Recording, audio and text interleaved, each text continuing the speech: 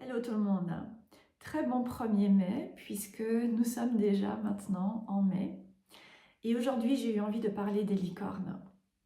Alors nous nous trouvons dans l'année du cheval selon le calendrier chinois depuis février déjà et vous pourriez donc vous sentir appelé à travailler avec le cheval mais également avec la licorne, avec le pégase ou encore avec l'hippocampe.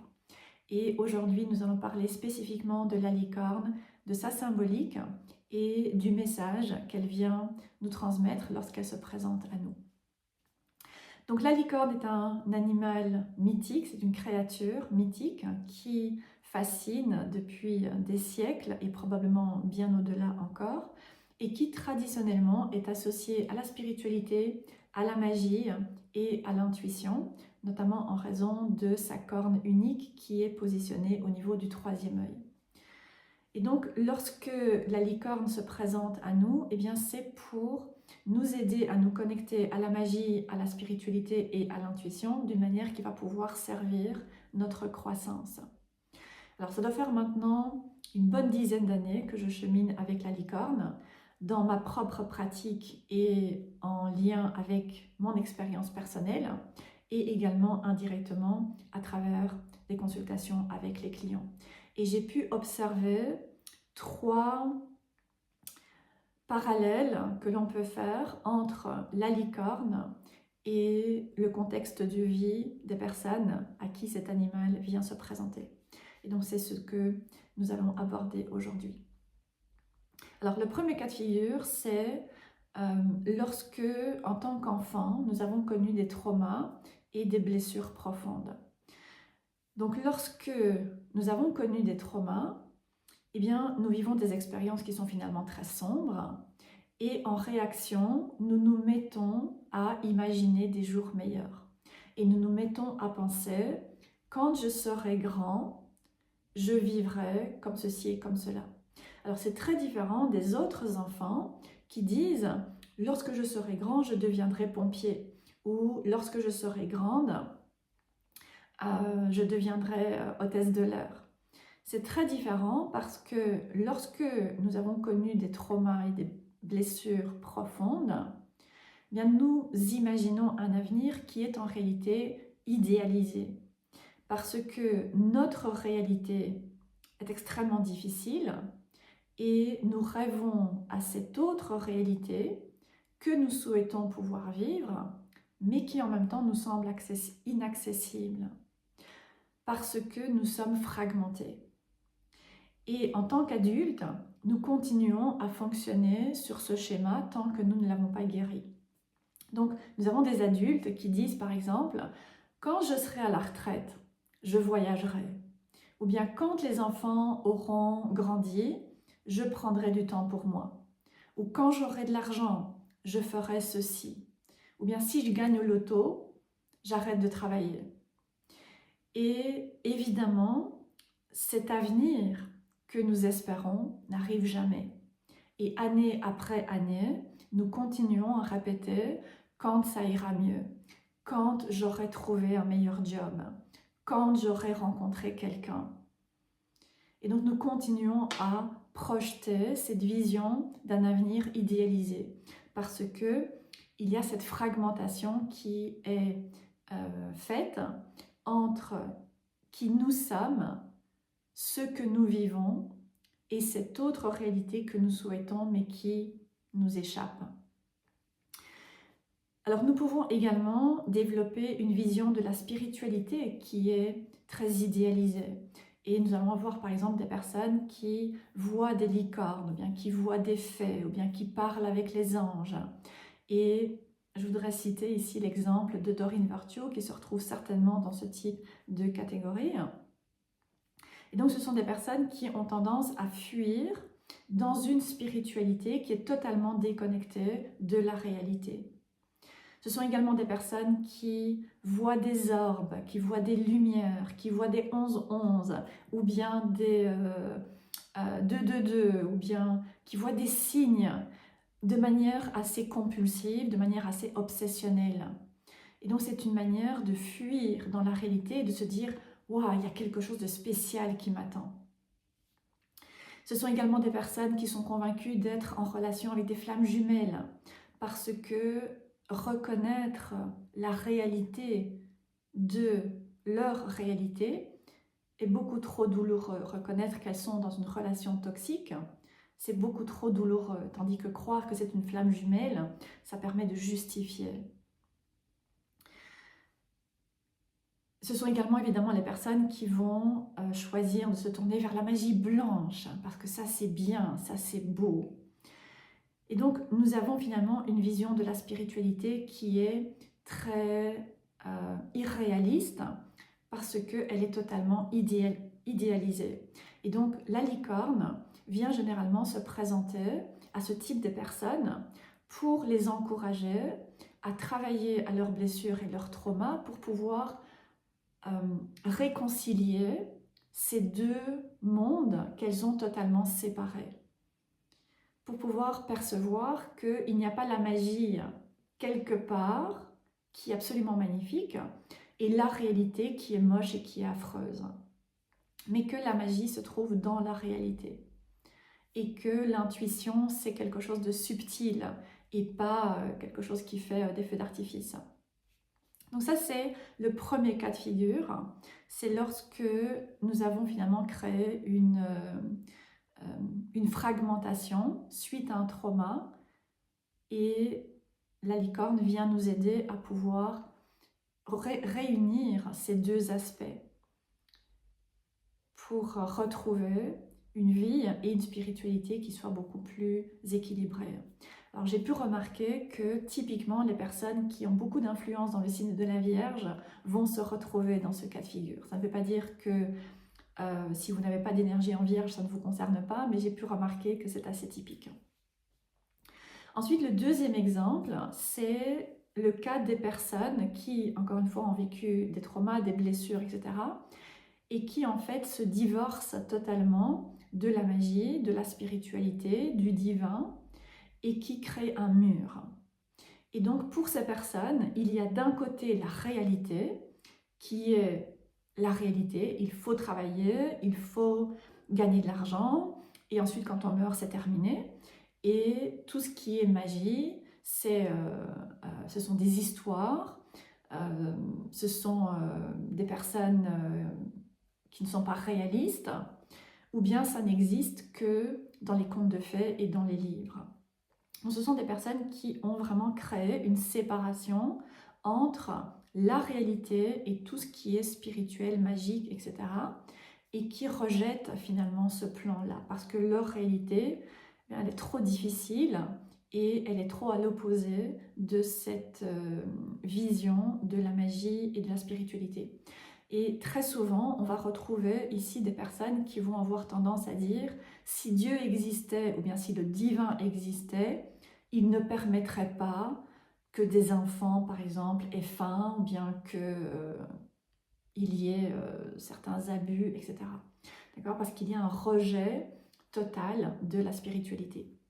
J'ai pu remarquer que assez souvent, les personnes qui ont des influences assez importantes dans le signe du taureau vont avoir tendance à séparer les deux ou à vraiment avoir une idée de la spiritualité, de la magie qui est très superficielle. Ce sont des personnes qui vont créer de magnifiques hôtels, mais qui n'ont pas nécessairement une pratique qui les soutient, et surtout pas lorsqu'il y a des difficultés, par exemple. Alors, la troisième connexion avec la licorne, c'est un autre type. Donc, de nouveau, lorsqu'il y a eu des blessures profondes et des traumas dans l'enfance et qu'il y en a encore eu dans l'âge adulte, bien, la réalité finalement devient tellement traumatique que tout nous semble noir et que même la spiritualité et la magie nous apparaît comme ne pouvant être que noir. Parce qu'il n'y a que ça qui existe, la lumière n'existe pas puisque ça ne fait pas partie de notre expérience. Et donc là, nous avons des personnes qui vont plutôt se représenter une réalité par rapport à tout ce qui est spirituel, par rapport à tout ce qui est ésotérique, tout ce qui est invisible, comme étant monstrueux. Donc ce sont des personnes qui vont plutôt croire aux monstres. Alors, je déteste l'exemple, mais c'est le seul qui me vient vraiment en tête.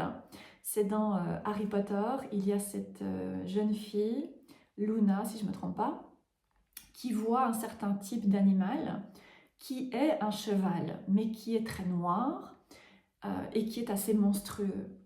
Et elle explique que ce ne sont que les personnes qui ont vécu des choses horribles qui peuvent voir cet animal. Donc, ce qui montre bien, encore une fois, qu'il y a ce lien entre le fait d'avoir vécu des expériences extrêmement traumatiques comme la perte d'un parent, comme des abus, comme de la violence, et ensuite projeter sur tout finalement une vision qui est très noire. Et donc cet aspect du cheval, c'est un petit peu la licorne déchue. Et dans ce type de cas, eh bien, nous voyons des monstres. Et nous ne pouvons projeter qu'une réalité qui est nécessairement monstrueuse, qui est nécessairement moche et difficile. Nous sommes convaincus que les difficultés, c'est notre réalité et ça n'est pas possible que nous puissions expérimenter quelque chose de différent. Par rapport à la spiritualité, eh bien là aussi nous pouvons développer une vision qui est très sombre et on va retrouver ici des personnes qui ont peur de la spiritualité. Par exemple, des personnes qui aimeraient avoir un tirage de cartes, mais qui ont peur de ce qu'on va leur annoncer.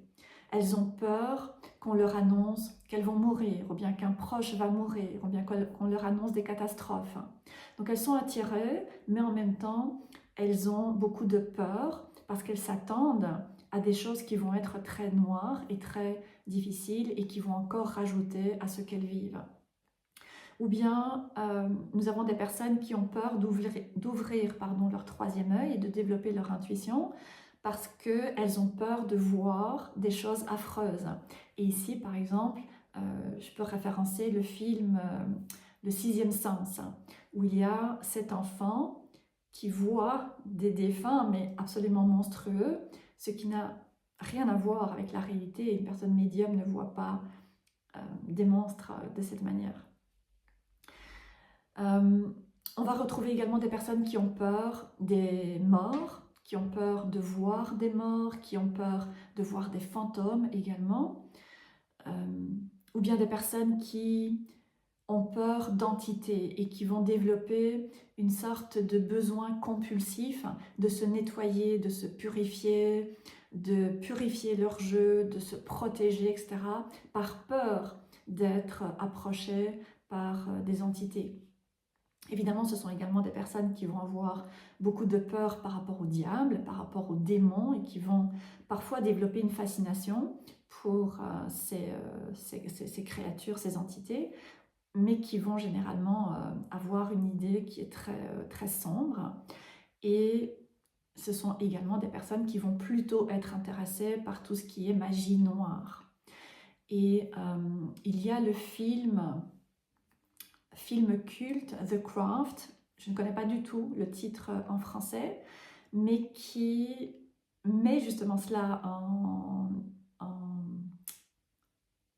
qui montre cela, puisqu'il y a ces jeunes filles qui versent dans la magie noire et ressusciter les morts ou bien faire apparaître des créatures monstrueuses et pratiquer de la magie noire. Et en fait, ce sont des personnes qui ont vécu des traumas et qui sont restées coincées sur ces traumas et qui donc veulent, par exemple, utiliser la magie noire pour se venger. Donc très souvent, dans la grande majorité des films de sorcières, on va retrouver des sorcières qui pratiquent des arts noirs pour se venger, pour faire du mal, etc. C'est vraiment typiquement l'image de la sorcière que l'on a dans les films, dans la grande majorité des films. Et c'est parce que la religion, évidemment, a créé cette polarité entre, d'un côté, tout ce qui est lumineux, tout ce qui est bien, et de l'autre côté, tout ce qui est très noir. Mais voilà, il y a des personnes qui peuvent avoir cette tendance à voir la réalité, mais également ce qui est au-delà de la réalité comme étant très noir avec des monstres. Et typiquement, eh bien, souvent, c'est quelque chose qui va parler à des personnes qui ont des influences importantes dans le signe du Capricorne. Donc voilà, c'est ce que je voulais un peu aborder par rapport à la licorne, par rapport au message qu'elle vient transmettre. Donc généralement, elle vient parce que elle essaie de nous faire comprendre qu'il y a des traumas et des blessures non résolues du passé, assez souvent qui peuvent avoir un lien ou bien une origine avec la religion et qui ont créé une fracture entre la réalité et ce que nous imaginons, que ce soit l'avenir ou bien que ce soit tout ce qui a trait à la spiritualité, la magie, l'intuition et ce qui est au-delà de la réalité physique et tangible, et qui nous amène à vraiment basculer dans l'un ou l'autre monde et à créer une séparation, divorcer vraiment les deux aspects, le physique et le spirituel, et soit l'idéaliser, soit en faire quelque chose de très monstrueux, soit en faire quelque chose qui en fait n'existe pas et qui n'est pas réaliste. Et donc la licorne vient nous encourager à pouvoir remettre les quatre pieds, les quatre pattes sur terre, hein, puisque c'est un cheval, mais également pouvoir nous ouvrir à l'intuition avec cette corne qu'elle a sur le troisième œil, et donc pouvoir recréer finalement un lien entre les deux, pouvoir réapprendre à percevoir que la spiritualité n'est pas séparée de la vie quotidienne, que la magie, ça n'est pas faire quelque chose, ça n'est pas faire de la magie, ce qui est très différent de travailler et vivre la vie réelle, mais qu'en fait tout est imbriqué et tout est beaucoup plus subtil que cela également. Et donc, lorsque nous retrouvons cet équilibre, eh bien, nous pouvons vivre notre vie et notre spiritualité d'une manière qui sert notre croissance et qui est encore une fois beaucoup plus en équilibre. Donc voilà, encore une fois, la référence avec les signes, c'est simplement pour donner quelques idées, mais ça n'est pas quelque chose d'extrêmement tranché, c'est bien plus complexe que cela. J'espère que si la licorne est venue vous parler et s'est présentée sur votre chemin, eh bien, vous pourrez trouver quelques pistes à travers cette vidéo pour comprendre ce qu'elle essaie de vous dire. Et évidemment, si vous souhaitez des éclairages supplémentaires, bien, si vous souhaitez travailler sur vous-même, n'hésitez pas à consulter mon site qui est repris dans l'encart en dessous de la vidéo. Voilà, je vous remercie de m'avoir suivi. N'hésitez pas à vous abonner, liker, laissez-moi un commentaire et je vous dis à bientôt.